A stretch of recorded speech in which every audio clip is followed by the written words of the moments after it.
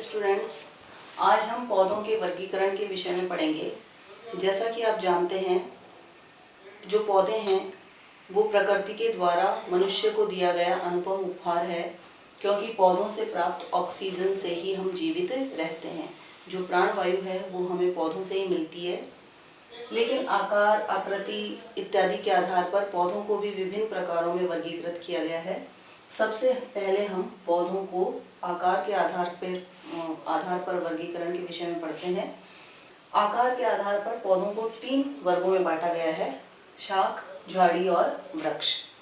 शाख जो पौधे होते हैं, ये इनकी जो ऊंचाई है वो 1 मीटर से भी कम होती है। इनका तना जो है हरा होता है और कोमल होता है। अधिकतर जो सब्जियों वाले पौधे हैं, जैसे मिर्ची, टमाटर, बैंगन इत्यादि, ये शाख पौधों के अंतर्गत आते हैं। झाड़ी, इनका आकार शाख पौधों से थोड़ा अधिक, लगभग 1 से 2 मीटर इनकी ऊंचाई होती है। इनका जो तना है वो भूरे रंग का होता है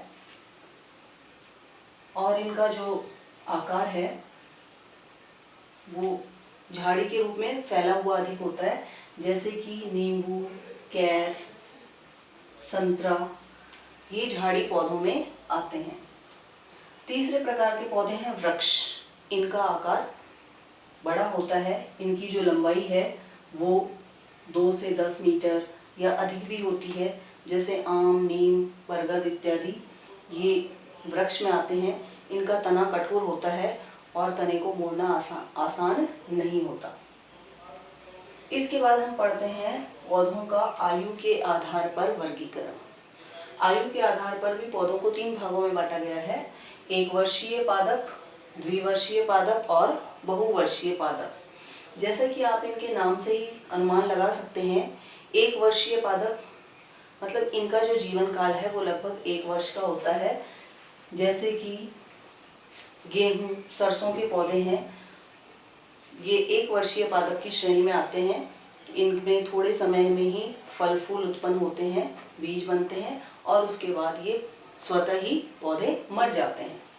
द्विवर्षीय जो पादप हैं, इनका जीवन काल लगभग 2 वर्ष का होता है। जैसे कि गन्ना है, ये द्विवर्षीय पादप के अंतर्गत आता है। उसके बाद है बहुवर्षीय पादप, जो बहुत अधिक वर्षों तक जीवित रहते हैं, जैसे आम, नीम, खजूर, ये बहुवर्षीय पादप कहलाते हैं।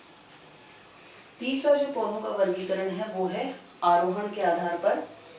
इसमें हम पौधों को आरोही और विसर्पी 2 भागों में बांटते हैं।